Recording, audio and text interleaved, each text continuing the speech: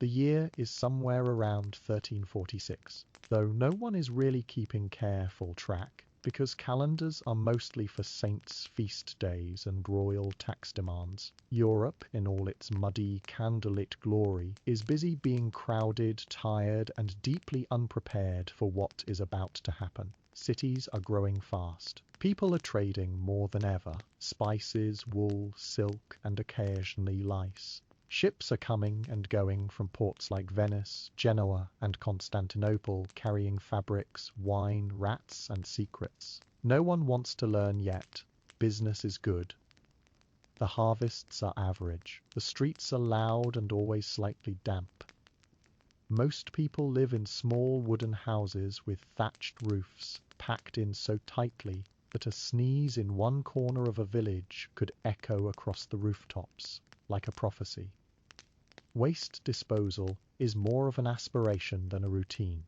Chamber pots are emptied into alleys.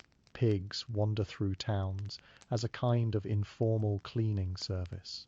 People bathe maybe once a season, and they sleep in the same clothes they work in, which is convenient but also helps fleas feel at home. Personal hygiene, if it exists at all, involves a damp cloth, a hopeful prayer, and maybe some rosemary tied to your belt for the smell. Knowledge about health is based largely on a mix of astrology, humour theory, and wild guesses. People believe illness comes from bad air, divine punishment, or an unfortunate alignment of Jupiter and Mars. Germs unthinkable. Microscopes don't exist. The concept of invisible life trying to kill you would sound like either witchcraft or poetry, neither of which is helpful when your neighbour is coughing blood into his soup. But for now, in this moment, life seems manageable. Populations have recovered from earlier famines. There are more mouths than ever, and cities are swelling with apprentices, beggars, craftsmen, and vendors, selling everything from holy relics to boiled eels. Livestock walk the same roads as people. Children play near open drains. No one worries too much about disease, because death is always around anyway. During childbirth, from infection, from falling off a roof trying to fix it with mud and hope. Europe is bustling, a bit too bustling. Food supplies are tight, cities are crowded, rats are invisible, fleas are universal, and every bustling street is a quiet invitation for something to go horribly wrong. No one knows it yet, but a storm is coming. It is already boarded the ships. It is already nibbling on crusts in the cargo holds. And in just a few months, life will no longer be about trade routes and market prices. It will be about survival and silence, and where to bury the dead when the cemeteries overflow.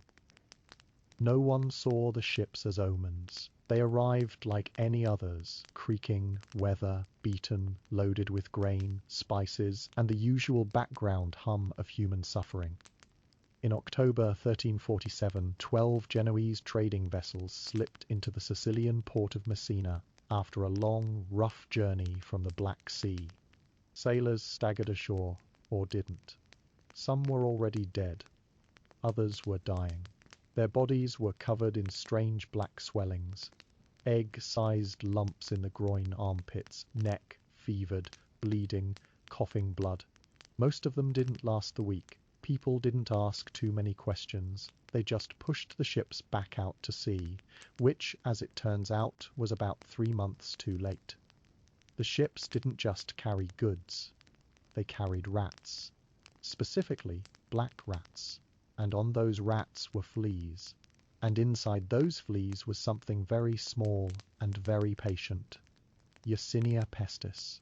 It didn't care where it went, only that it spread. It had been circling trade routes for months, maybe longer, slowly riding the currents of human contact from Central Asia westward. Mongol armies may have helped it move faster, siege camps turning into infection zones. Caravanserais and markets unknowingly handed off the pathogen like a deadly baton in a relay race of doom. Sicily was just the beginning. The disease moved with a kind of cruel elegance, hitching rides on merchant ships from port to port, Marseille, Genoa, Venice. From there it fanned inland along roads, rivers, and rumours. By the time people realised what was happening, it was too late to stop it. People fled one town only to carry the plague into the next. It didn't march like an army. It seeped like smoke. At first, local officials blamed the air, or the water, or the sins of the people. Sometimes all three. Priests preached repentance. Physicians studied the stars. No one thought to check the rats. No one had the tools to do so. Meanwhile, the boats kept coming. The rats kept scuttling. The fleas kept biting. Within months, death had a travel itinerary. It was everywhere, and it was fast. What began as a strange illness in a Sicilian port became a wildfire ripping through France, Spain, the Italian states, and up through the Alps. Northern Europe didn't escape. Neither did the countryside. Nowhere was safe. Not the bustling cities, not the quiet villages, not the monasteries, not even the mountains. It wasn't the kind of death people were used to. This wasn't war or famine. It didn't come with warning or pattern. It came in waves, in coughs, in bruises that spread under the skin like spilled ink. One day, your neighbour was fine.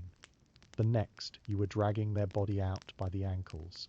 And the ships kept coming because trade couldn't stop, not even for death. The Black Death wasn't a single thing, and it wasn't particularly picky. It came in 3 flavours, all of them awful, and none of them easy to diagnose when you don't know what bacteria are. At its core was a microscopic killer named Yersinia pestis, a name no one in 1347 knew, cared about, or could have pronounced. It travelled inside fleas, who lived on rats, who lived on grain ships, who parked themselves in the middle of cities full of warm-blooded humans, who had no idea they were on the menu. The most common version was bubonic plague, named after the buboes, swollen black lumps that appeared in the armpits, neck, and groin. They hurt. A lot. They oozed, they smelled, and they often came with fever, chills, and a general sense that your body was no longer interested in keeping you alive. If you were lucky, you died within a few days. If you were unlucky, you lingered. Most people didn't recover. Those who did were probably quarantined in barns for 2 weeks, while everyone around them debated whether they were a miracle or a liability. Then came the pneumonic version, which didn't even need fleas. This was person to person, airborne, and horrifyingly efficient. It settled in the lungs, turned your breath into a weapon, and made coughing an act of violence. People would go from slightly short of breath to drowning in their own blood within 24 hours. If bubonic plague was a grim invitation to die, pneumonic was a shove off a cliff. And then there was septicemic plague, the rarest and arguably worst form. This one didn't give you lumps. It just turned your blood toxic. People would wake up feeling off, start bleeding under their skin, and be dead by nightfall. Sometimes they died so fast they didn't even have time to show symptoms. Just a sudden collapse in the street, mid-sentence, mid-step, mid-life. All of this was happening in a world without thermometers, antibiotics, or sterile anything. There were no isolation wards, no eye fluids, no understanding of contagion beyond. That man touched a sick goat yesterday. Medicine meant prayer, poultices, and maybe a bit of pigeon blood applied directly to the wound. Nothing worked, and nothing needed to work, because the plague didn't care. It simply moved on, from one host to the next, as fast as legs, fleas, or lungs could carry it. People didn't know it was bacterial. They called it God's punishment, bad air, or just the pestilence. But it didn't matter what they called it, because whatever it was, it had one goal: to spread. And it did, mercilessly, efficiently, quietly. At first, then all at once. It started with a headache. Nothing dramatic. Just a dull throb behind the eyes that made the day feel heavier than usual. Then came the chills, the kind that made your teeth chatter even in the heat. Fever followed, high and wild, turning simple thoughts into slippery things you couldn't quite hold. Your body ached like you'd been trampled by a horse, and every breath felt like dragging air through a furnace. But it was when the lumps came that people really started to pray. The buboes were unmistakable, swollen, black or purple, tender to the touch like bruised fruit about to burst. They grew in the creases of your body, armpits, groin, neck, anywhere the skin folded. Some were the size of a walnut. Some were more ambitious. They burned. They oozed. Sometimes they popped on their own. The smell was something no one wanted to describe.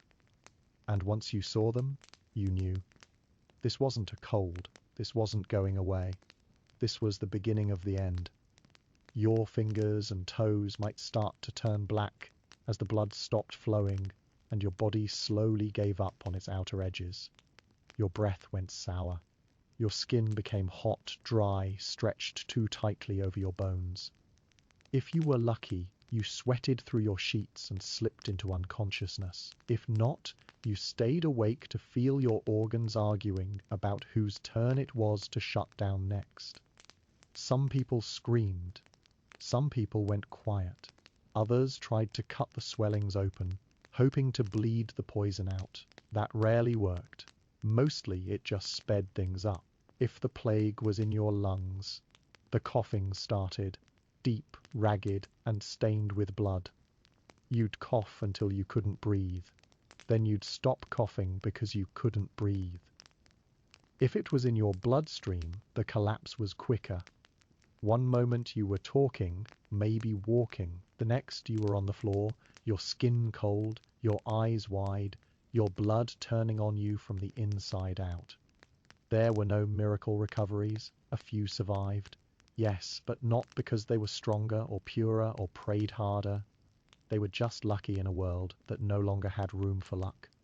Once symptoms started, people knew the clock had begun. Maybe a day, maybe 3, rarely more. Families stopped touching the sick. Friends stopped visiting. Even priests hesitated. Death came quickly, but not quickly enough to be kind. And the worst part was the waiting, knowing your body had been marked, watching the swelling spread, feeling the heat rise, and hearing the whisper in your mind you couldn't shut out. This is it. You're not going to make it.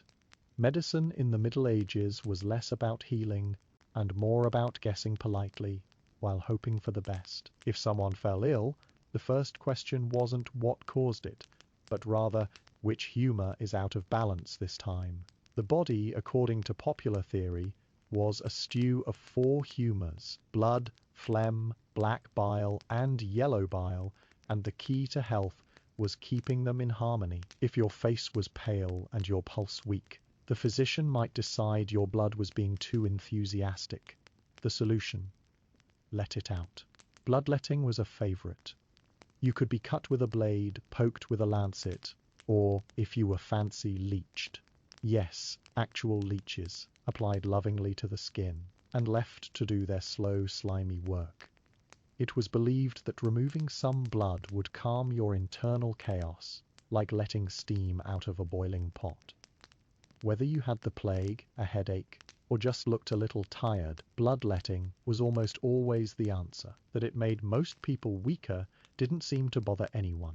If they died, well, their humours must have been very far gone indeed. Doctors, if you could find one, came, in various levels of enthusiasm and costume. The most theatrical wore long robes, gloves, and the famous bird-like masks with curved beaks. These weren't for style. The beaks were stuffed with herbs, dried flowers, and sometimes vinegar-soaked sponges, all designed to protect the wearer from the miasma or bad air thought to cause illness. The theory was simple: if the air smells foul, it must be dangerous. So better to inhale something flowery while standing next to someone, dissolving from the inside out. Other treatments involved onions, cut and placed near the buboes, crushed emeralds, if you were rich, and mixtures of vinegar and rosewater. Some doctors advised patients to bathe in urine. Others suggested avoiding baths entirely, because opening your pores would only invite the plague to sneak in. In fairness, bathing was a rare event, usually saved for religious holidays or major life changes like a wedding or funeral. Sometimes both amulets, charms, and prayers were also common prescriptions. A blessed token around the neck might be just as effective as anything else in the medical arsenal. At least it didn't cause bleeding or smell like a medieval salad. The line between doctor and butcher was occasionally thin. Many physicians fled the cities the moment the plague appeared, which left barbers, monks, and very concerned relatives to step in. They read dusty medical texts, examined urine in glass jars, and guessed wildly. And in the end, most treatments didn't work, because no one knew what they were fighting. But they tried desperately, hopefully, and sometimes with an onion. Survival during the Black Death wasn't heroic. It wasn't even fair. It was mostly a mix of timing, geography, genetics, and the kind of luck that feels like an accident. For every town that collapsed into silence, there was a hamlet that barely noticed. For every family wiped out, there was a lone farmer on a hillside who didn't even know there was a plague at all. Some people survived because they were already halfway to isolation. They lived in places no one cared to visit, worked land no one wanted, and avoided crowds not because of wisdom, but because they had no friends. The plague didn't travel well without people, and in a time when movement was mostly on foot or hoof, remote villages were an accidental form of quarantine. Being socially irrelevant suddenly became a survival tactic. Others survived because their immune systems just didn't cave. A few people, purely by chance, had genetic mutations that made it harder for Yersinia pestis to lock onto their cells. They didn't know that, of course. They just got sick, felt miserable, and then, somehow, got better. Their neighbors died, their children died, they didn't. No explanations, no real pattern, just dumb, blind biology doing its strange selective dance. Then there were those who got out early. The moment someone in town started coughing or developing suspicious lumps, the wealthy did what the wealthy always do in a crisis. They left into the countryside, into walled estates, into anything that wasn't dense, urban, and full of infected people. It didn't always work.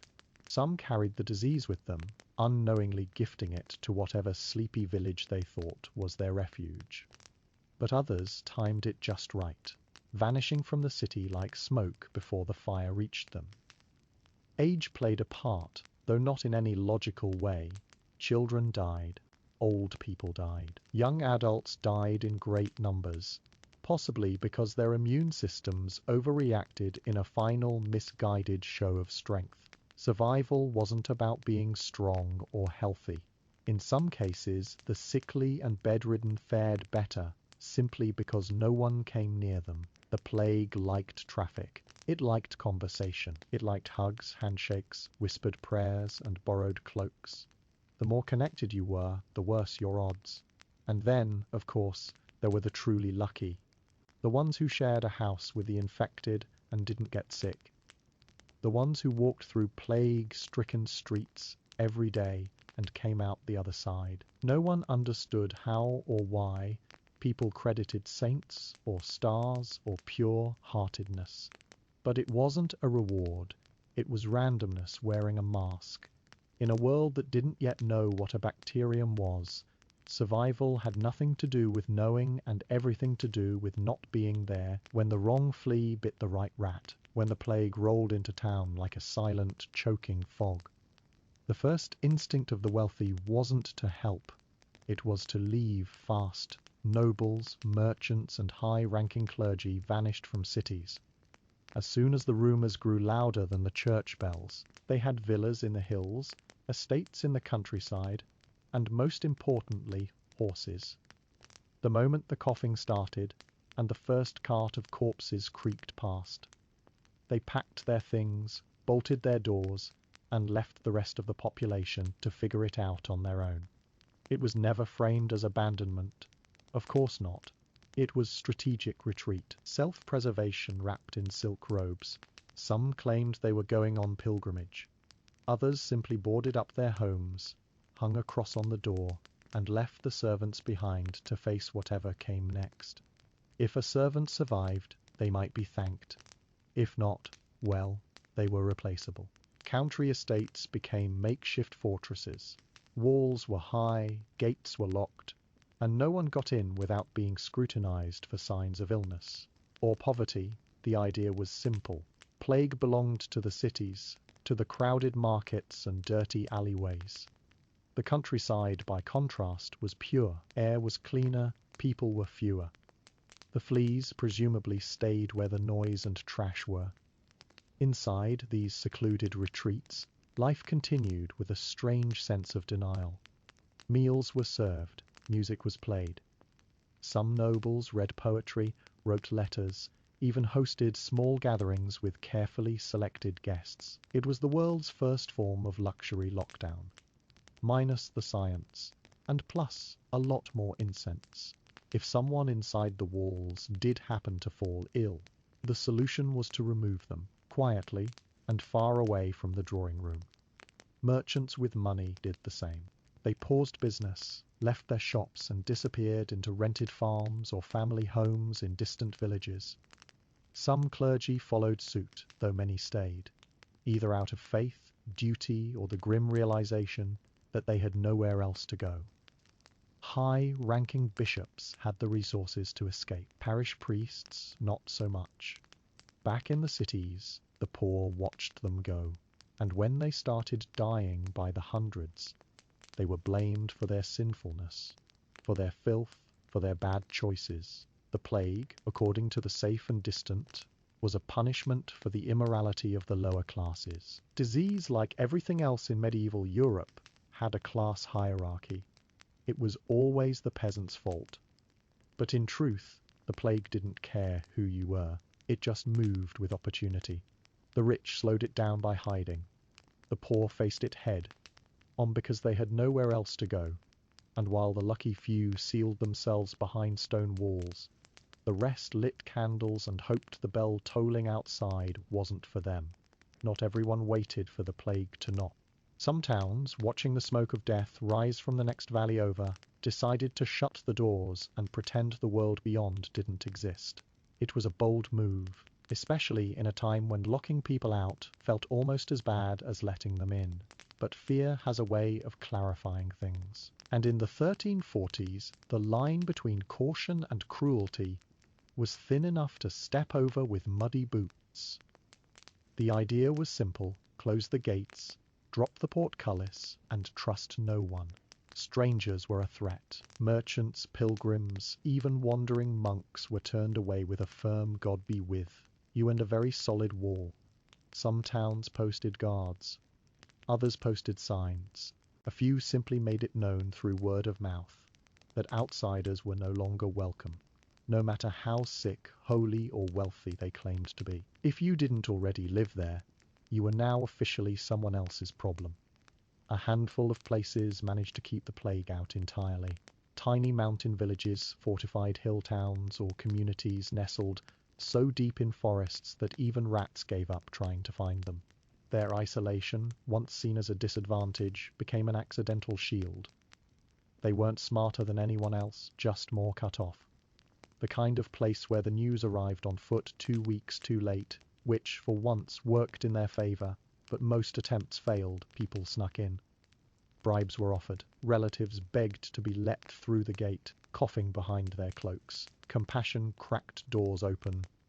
Hunger forced trade, and all it took was one sick traveler, one infected bolt of fabric, one rat hiding in a cart of apples.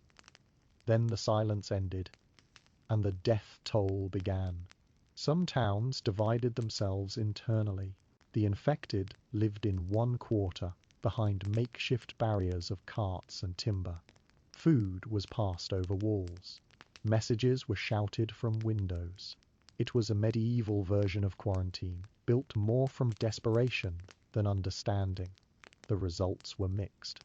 Sometimes it bought time, sometimes it just delayed the inevitable by a few painful weeks. Of course, there were also places that tried to lock down but waited too long. By the time the gates were closed, the plague was already inside, hiding in the baker's apprentice or clinging to the fur of the mayor's dog. Once it was in, no amount of shouting or prayer could push it back out. Still, for those who succeeded, the relief was short-lived. Isolation kept the plague at bay, but it also kept everything else away. Food, trade, contact. People didn't die of the plague, but they starved, or went mad from fear, or opened the gates too soon, when the danger seemed to pass. In the end, survival didn't just mean locking the world out. It meant keeping your own people in, and hoping that none of them were already carrying death in their breath. They weren't heroes, they weren't saints, they were just peasants, poor, tired, often muddy and largely forgotten, living in crooked wooden houses miles from anything resembling a city, tucked behind hills, forests or swamps, where visitors rarely came unless they were lost or in trouble. These were the people who survived the Black Death, not through wisdom or medicine, but by being far away and mostly irrelevant. No one wanted to visit them, which was perfect. These remote villages weren't on trade routes. They didn't host markets or fairs. They had no port, no guilds, no bishops, no taverns with travelers swapping stories and infections. News traveled slowly, if at all, and by the time word of the plague reached them, it was often too late for that information to be useful, or in rare cases completely unnecessary because no one had shown up to infect them in the first place. Their lives were already isolated. Families worked the same plots of land for generations. Days were filled with digging, planting, feeding animals, and trying not to freeze. Visitors were rare. Outsiders were suspicious. Community events mostly revolved around the church, the harvest, or occasionally watching someone try to fix a roof with string and prayer. There were no inns, no guest beds, and no real reason for a stranger to ever stop by unless something had gone very, very wrong. And so when the plague swept across Europe like a brush fire, many of these forgotten corners were missed. The rats couldn't catch a ride where there was no road. The fleas couldn't jump to places that no one ever visited. The Black Death, as thorough as it was, had limits. And those limits were dirt, distance, and disinterest. Of course, these peasants didn't know they were being spared. They still prayed, still feared. Some built crude shrines or left offerings, just in case the stories from nearby towns were true. A few probably fled deeper into the woods, taking superstition and goats with them, but for the most part they just kept living, because there was nothing else to do. Work the land, feed the fire, patch the roof, repeat. Ironically, the very things that made their lives hard, their poverty, their isolation, their total lack of status, became their greatest protection. No one came to trade, no one came to preach, no one came to check in. And so they were spared, not by knowledge or preparation, but by the sheer luck of being far away from everything that mattered. The plague moved where people moved. These people simply didn't. They were left behind by progress, and in the worst years of the plague, that was the safest place to be. The beak came first, long, curved, and slightly absurd. It jutted out from the face like a bird halfway through a bad transformation spell. Today, it looks like something you'd see at a haunted Renaissance fair or a very committed Halloween party. But in the 14th century, the plague doctor's outfit wasn't meant to scare. It was meant to protect. And like most things in the Middle Ages, it only kind of worked. The outfit was a walking theory. A leather or waxed canvas robe covered the doctor from head to toe, sealed tight against the outside world. Gloves, boots, and a wide-brimmed hat completed the look. Because nothing says trust me like dressing like death's assistant. But the real statement piece was the mask. That long beak wasn't just for drama. It was stuffed with herbs, spices, and dried flowers, lavender, rose petals, cloves, mint, anything thought to cleanse the air and keep the miasma at bay. See, the prevailing belief wasn't about germs, it was about air.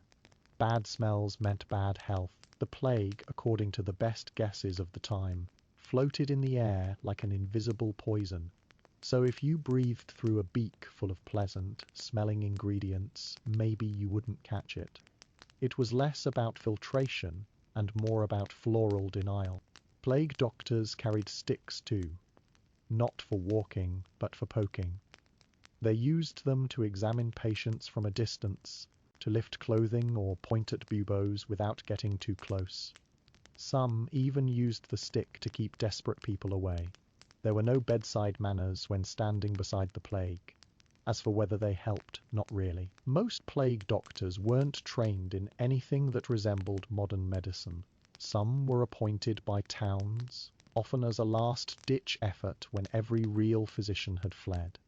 Others were opportunists, barbers, butchers, or the deeply unemployed, suddenly finding themselves with a mask and a job description. They might prescribe bloodletting or vinegar or suggest prayer. They recorded deaths, counted the sick, and occasionally lanced buboes with questionable tools. Mostly, they were just there, an official body in an unofficial crisis. To the people of the time, seeing a plague doctor walk into town was not reassuring. It meant death was close enough to warrant paperwork. Their presence didn't signal healing. It was a countdown. Still, the image stuck. The mask became myth. The doctor, faceless and silent behind his beak, became a symbol of the plague years. Not a healer, not a villain, just a dark reminder that medicine hadn't caught up, and that sometimes the best defense was wearing a costume and pretending you understood what was happening.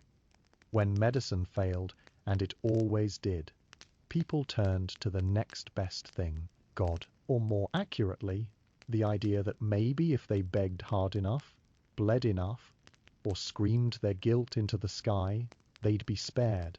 The Black Death wasn't just a disease, it was seen as divine punishment, a celestial spanking for the sins of humanity. And if the world was being punished, someone had to apologize, loudly, publicly, painfully. Churches filled with panicked prayers. Bells rang, candles burned day and night. People confessed every sin they could think of, real, imagined, or borrowed from a neighbor just in case. Monks and priests preached fire and brimstone, insisting the plague was the price for moral decay, for vanity, for greed, for letting your donkey work on Sundays. Processions marched through towns, chanting hymns, holding relics, and parading the bones of saints like magical totems. It didn't help, but it felt like doing something, and during the plague, doing anything felt better than waiting. Then came the flagellants. These were people who took repentance to an entirely new and uncomfortable level. Groups of them, dozens, sometimes hundreds, marched from town to town, barefoot, robed in blood and linen, singing dirges and whipping themselves with leather cords tipped in metal. The goal was purification, public suffering. They believed that if they bled openly for the sins of the world, God might show mercy. So they travelled in choreographed agony, forming circles in town squares, kneeling in unison, lashing their backs until the flesh split open. It was dramatic. It was raw. And it spread disease faster than almost anything else. These people shared food, shared clothing, and definitely shared a lot of germs. They stopped in inns, visited churches, touched people, accepted offerings, all while bleeding, coughing, and exposing open wounds to the air. In theory, they were vessels of spiritual purification. In reality, they were plague on tour. Not everyone welcomed them. Some cities banned flagellants outright. The church, initially uncertain, eventually denounced them as dangerous fanatics. But by then, the damage had been done. The image stuck, rows of gaunt, chanting bodies, swinging whips, faces twisted in holy pain, leaving behind a trail of fear, awe, and very likely infection. And still, people followed. Because when the dead outnumber the living and every prayer feels unanswered, even the strangest solutions start to make sense. The flagellants offered meaning, structure, a way to scream back at the silence. It didn't save them. Nothing did. but for a little while, under the open sky, with blood dripping onto cobblestones and voices echoing in the streets, it felt like maybe, just maybe, Simone was listening. When terror takes hold and answers are few, people start pointing fingers. And during the Black Death, those fingers didn't point at rats, fleas, or invisible bacteria. They pointed at neighbors, strangers, outsiders, anyone who looked different, prayed differently, or simply lived a quieter life behind unfamiliar doors. In the chaos of the plague, fear needed a face. And too often, that face belonged to the Jewish community. Rumors spread faster than the disease. Whispers turned into accusations. The Jews had poisoned the wells. They had brought this sickness on purpose. They had angered God. Never mind that Jewish people were dying too. Never mind that they lived in the same cities, breathed the same air, drank the same water. Logic didn't stand a chance against panic dressed up as certainty. In dozens of towns and cities across Europe, violence followed. Jewish quarters were attacked, burned, and looted. Men, women, and children were rounded up, tortured into confessions, and murdered in the streets. Entire communities were erased, not by the plague, but by their neighbors. And the saddest part, authorities often stood by. Some encouraged it.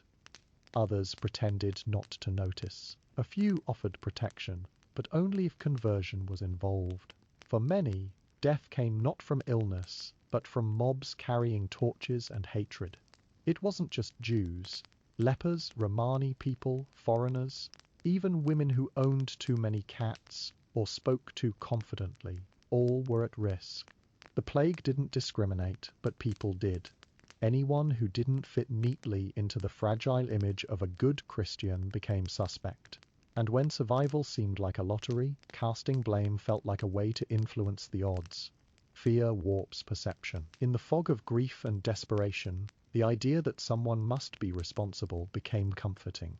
It gave shape to the chaos. A narrative, a villain. And once the story took root, that the plague was no accident, but a plot. The violence felt righteous to those committing it. They weren't just angry. They believed they were defending what was left of their world. Of course, it solved nothing. Killing your neighbor doesn't stop a bacterium. Burning down a synagogue doesn't cleanse a city. The plague kept killing, indifferent to the blood spilled in its name. And when the fever finally passed, the survivors were left not just with graves, but with guilt. The few ever named it. This chapter of the Black Death wasn't about medicine or survival strategy. It was about fear dressed as justice. It was about how quickly society fractures when death becomes a daily visitor, and how, in the absence of answers, people will invent their own, even if those answers leave ashes where a community once stood. Some people survived the plague by luck, others by geography.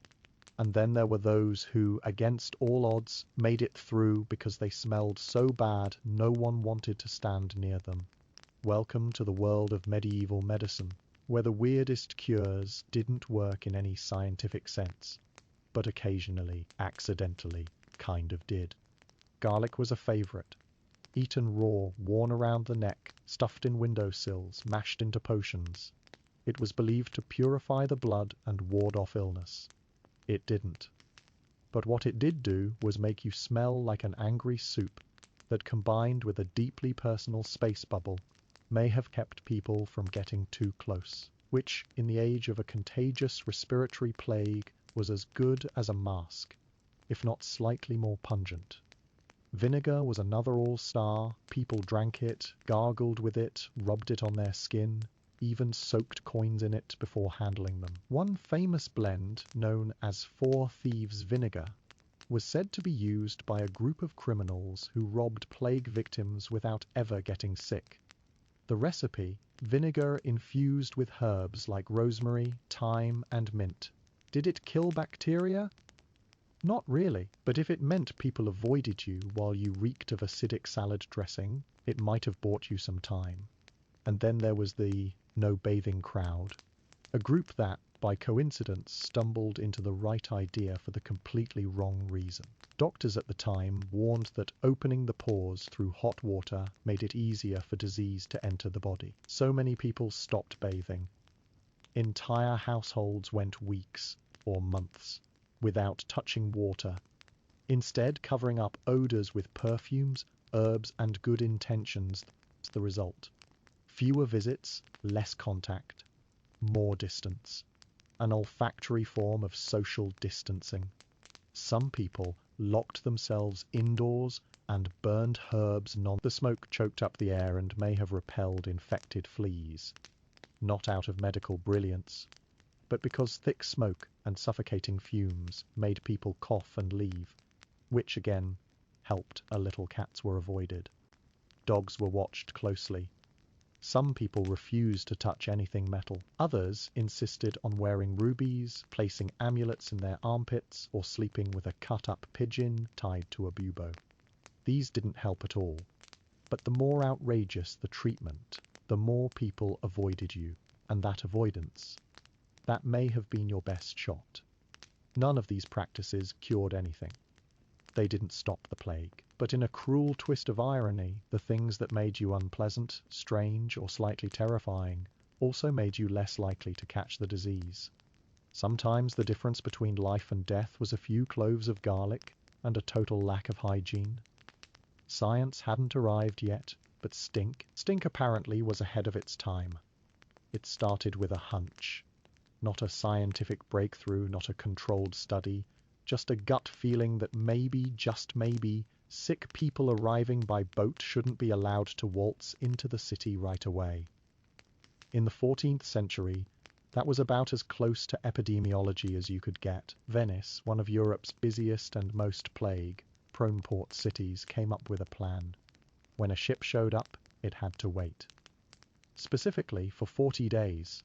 No docking, no unloading, no mingling with the locals. Just float there, alone, for over a month. They called it quarantagiorni, meaning 40 days. Quarantine. Why 40? No one really knows. Maybe it had religious roots. 40 days of Lent, 40 days of the flood, 40 days in the wilderness. Or maybe it just felt like a good, round, terrifying number, long enough to outwait the plague, short enough to keep trade alive. Barely. The rules were simple. If your ship came from a suspicious place, say somewhere known to be coughing up its population, you anchored offshore. Crew members who looked healthy stayed on board. Those who looked sick were often removed, forcefully, and sent to what were called lazarettos, early isolation hospitals, usually on nearby islands or remote patches of land. If you survived your 40 days without exploding into boils, welcome to Venice. If not, well, your goods might still be salvaged.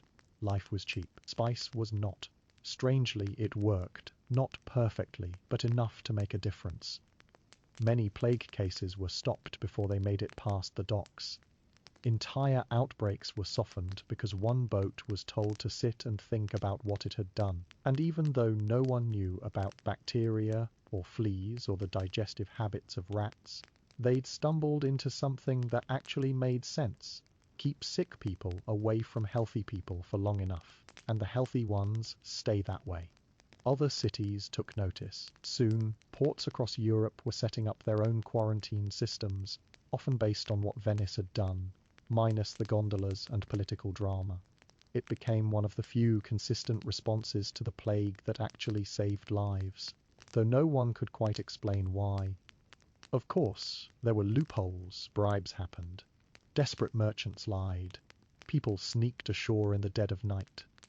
But overall, quarantine was an accidental miracle born from superstition and desperation, enforced with blunt tools and guarded suspicion. And in a world full of bleeding, beak masks and pigeon-based poultices, it was one of the rare things that actually made the death toll stop climbing, if only for a while.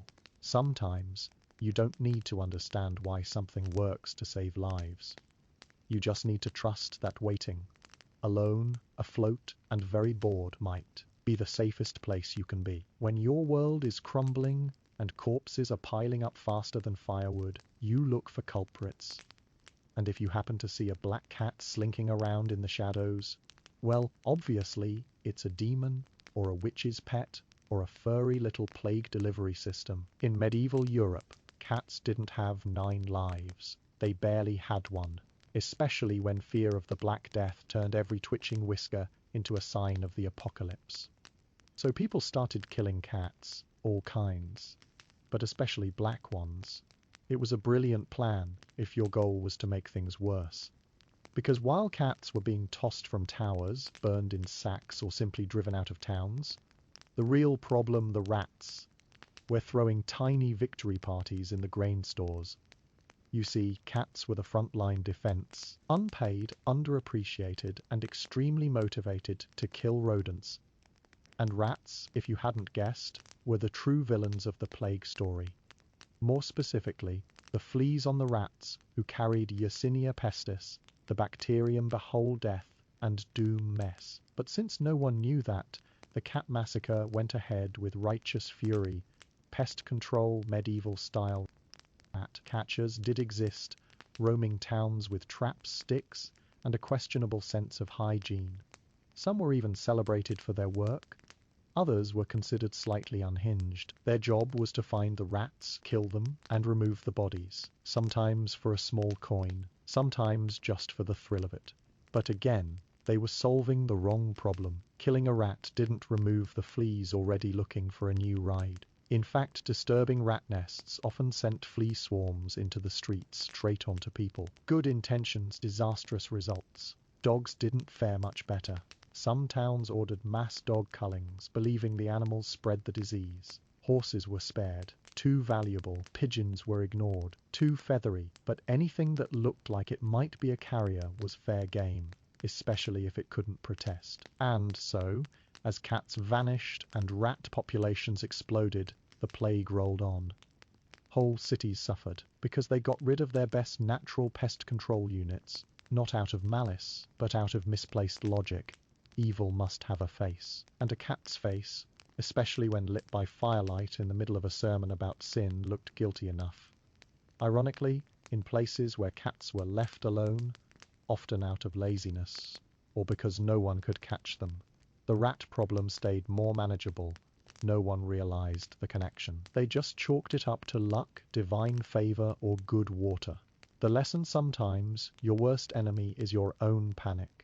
And sometimes the scrappy little mouser you chased out of town was the only one holding the line between you and an army of plague-ridden vermin. Oops. Surviving the Black Death wasn't just about keeping your heart beating. It was about waking up in a world that didn't make sense anymore. For those who made it through, the silence was often worse than the chaos. Entire streets emptied, families halved, villages gone. You might step outside and find that the only living things left were the crows and the cows, and neither looked particularly happy to see you. Physically, you were lucky. Maybe you'd spent weeks with a garlic necklace, or lived in a swampy backwater that the rats hadn't bothered to visit. Maybe your immune system was tougher than a boiled turnip, but the mental scars, those stayed. People reported seeing ghosts, angels, demons. Some survivors refused to speak ever again. Others wouldn't stop. They talked to walls, sang to bones, and wandered ruins barefoot, looking for anyone who might understand what they'd seen. Spoiler: no one did. And yet life continued. It had to. Crops needed planting. Animals needed tending graves. So many graves needed digging. But something had shifted. Survivors found themselves in a strange new world where there were suddenly more homes than people to live in, more jobs than hands to do them, more food for fewer mouths. Wages went up. Serfs started asking questions. Priests were in short supply, and the church, once untouchable, now looked a bit shaky on its pedestal. Socially, things bent and sometimes broke. Marriages were rushed, often out of desperation. Orphans wandered, looking for new families or making their own in the ruins. Some people, unburdened by the dead weight of their in-laws, remarried, rebuilt, and started fresh. Others drank, gambled, or threw themselves into bizarre obsessions. A few decided God was done watching and took morality off the table entirely. When half the town is gone, consequences start to feel optional. Not everyone snapped. Many simply carried on with the dull, stubborn force of routine. They repaired walls, they relit hearths, they kept bees and churned butter, and tried not to think too hard about the empty chair at the table, because survival wasn't glorious. It was mostly awkward and sad and full of strange new silences. Still, some found purpose. They wrote about what had happened, though it usually came out more poetic than precise. They painted visions of hell or of heaven or of skeletal dancers leading the living in one final jig. A few survivors became local legends, the ones who didn't die, dragged out at feasts to tell their stories again and again until the details blurred into myth. But for most, surviving meant one thing: living in a world that had moved on without asking permission. The plague had no reason, it left no mercy, and for those left standing, the only thing to do was breathe, rebuild, and remember that sometimes living through something is the strangest part of all. When the dust settled and the air no longer stank of burning herbs and fear, something unexpected happened. The survivors looked around and realized there was a lot more bread and land and jobs. And for the first time in a very, very long time, being a peasant didn't mean being permanently stuck at the bottom of the food chain. Though you were probably still eating turnips. The Black Death had wiped out somewhere between a third to half of Europe's population, which meant suddenly there were fewer mouths to feed, but the same amount of farmland, and fields don't plough themselves. So landowners found themselves in a bit of a pickle. Their workers were gone, buried in shallow graves, or had fled to somewhere slightly less plaguey. That meant the people who were still alive could start making demands. Bold ones like pay us more, or let us move to a better village, or even stop treating us like livestock. It was chaos. Glorious, transformative chaos. Wages rose, land got leased. Some peasants became tenant farmers.